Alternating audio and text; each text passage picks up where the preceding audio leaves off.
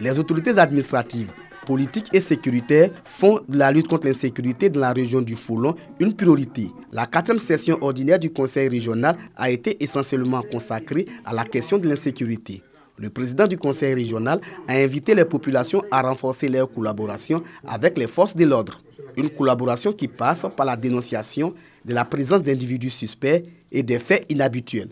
Cissé Sendou a exhorté les populations à mettre fin à toute activité susceptible de favoriser l'insécurité, notamment l'orpaillage clandestin. Il ne faut pas attendre que le phénomène d'idéalisme arrive en Côte d'Ivoire pour prendre des dispositions. Voilà pourquoi le corps préfectoral et nous-mêmes, nous avons sensibilisé les populations à la vigilance, de telle sorte que chacun doit être son propre policier en collaborant avec les forces de défense et de sécurité, afin que les gens qui sont animés de faire des opérations dans notre région puissent être instructés.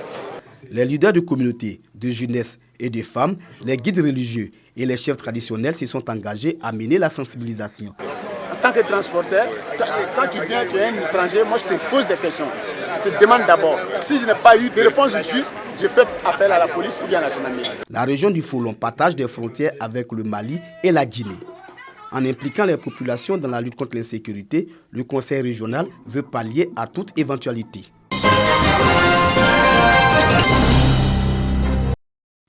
9 écoles coraniques et une école primaire publique de Ouangolo-Dougou reçoivent chacune 15 tables bancs, soit 135 au total.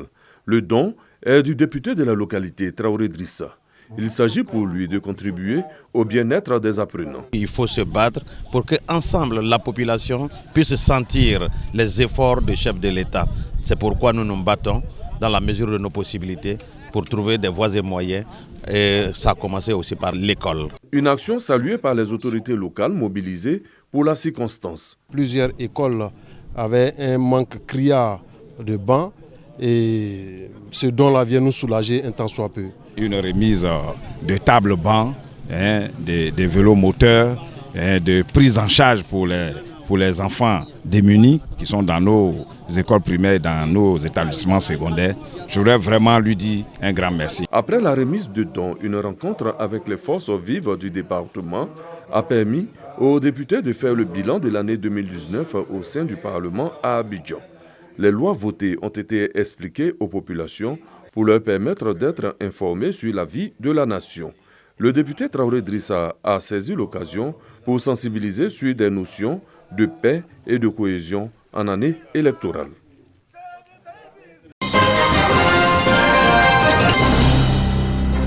Le groupe scolaire adventiste de la commune de Bouaké vient d'être doté d'une bibliothèque totalement équipée.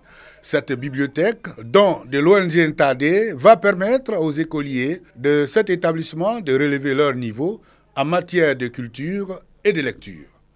Ce don fait suite aux bons résultats enregistrés par cette école en matière de compétition. Cet établissement scolaire a remporté les 2 premiers prix de la 2e édition du concours de lecture et d'orthographe, initié par l'ONG Ntadé. Rapprocher de l'espace auprès des élèves pour leur permettre d'avoir un cadre dans lequel ils peuvent venir apprendre à lire. C'est vrai, tout le monde le dit, mais chacun doit s'y mettre pour qu'on puisse avoir des Ivoiriens bien formés de demain. Et c'est la base aujourd'hui. On ne peut pas réussir seul, il faut être ensemble. Alors nous allons choisir des responsables pour s'occuper des enfants, pour qu'ils apprennent encore de plus. La lecture, c'est quelque chose de très important pour les enfants. Un enfant qui ne sait pas lire, il n'y a rien à faire, il n'ira pas loin. Aujourd'hui, c'est pour les enfants, mais il faut aussi encourager les adultes.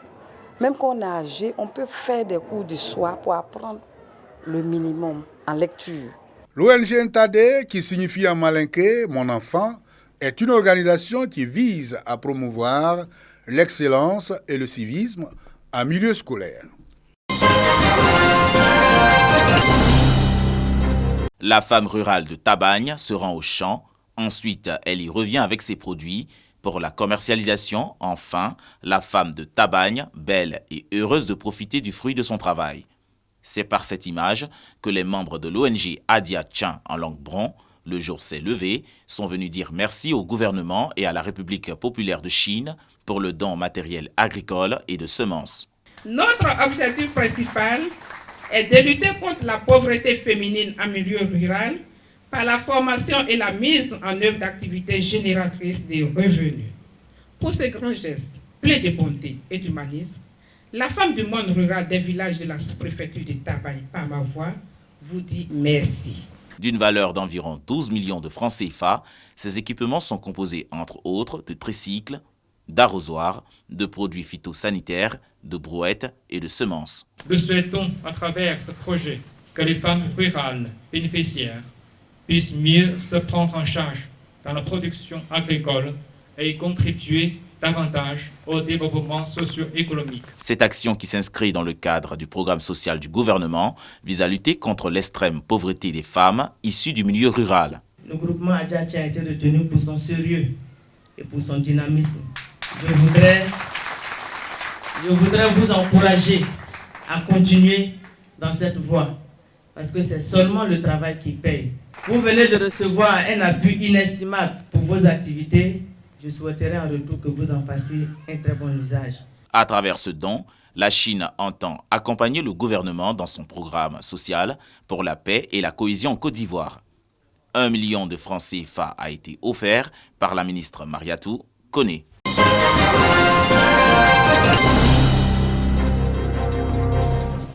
Des cadres font don de matériel agricole aux femmes de la commune de Tortilla pour leur autonomisation.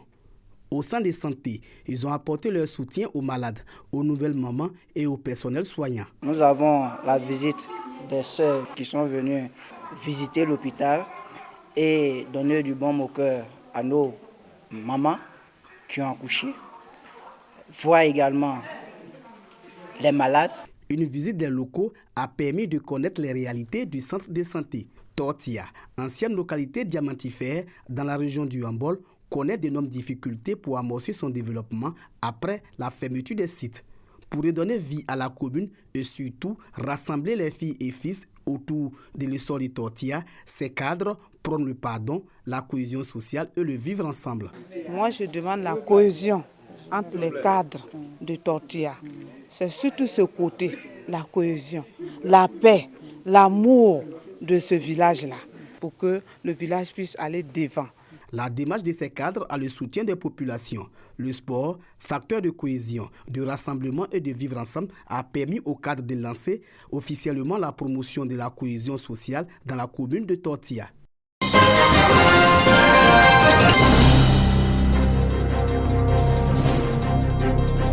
L'enceinte du sanctuaire Notre-Dame du Sacré-Cœur, au pied de la statue du Christ, grouillait de monde en cette 3e édition de la fête du Nouvel An à Diabo. Une initiative de la Fondation Sacré-Cœur Missionnaire de la Charité. Pour la fondatrice de cette ONG, cette fête vise à apporter de la joie aux enfants démunis vivant en milieu rural. L'enfant est un trésor.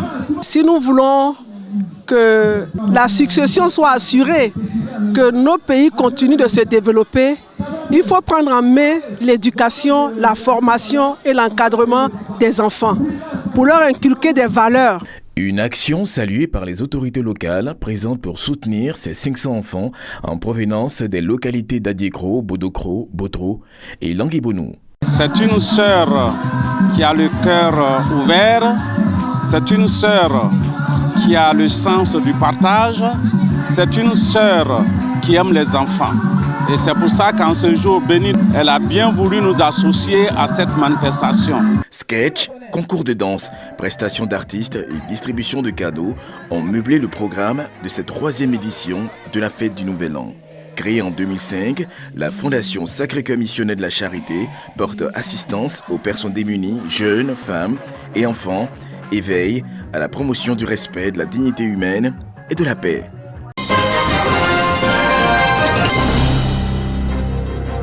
Hôpital général de Fekessédougou. Pour des raisons de santé, certaines personnes sont internées. Ce n'est visiblement pas la meilleure manière de débuter l'année. Ces personnes malades bénéficient de la solidarité agissante des jeunes de Fekessédougou réunis au sein du Conseil national des jeunes de Côte d'Ivoire, CNJCI. Une jeunesse qui affiche ainsi sa volonté de participer à la reconstitution d'une société harmonieuse.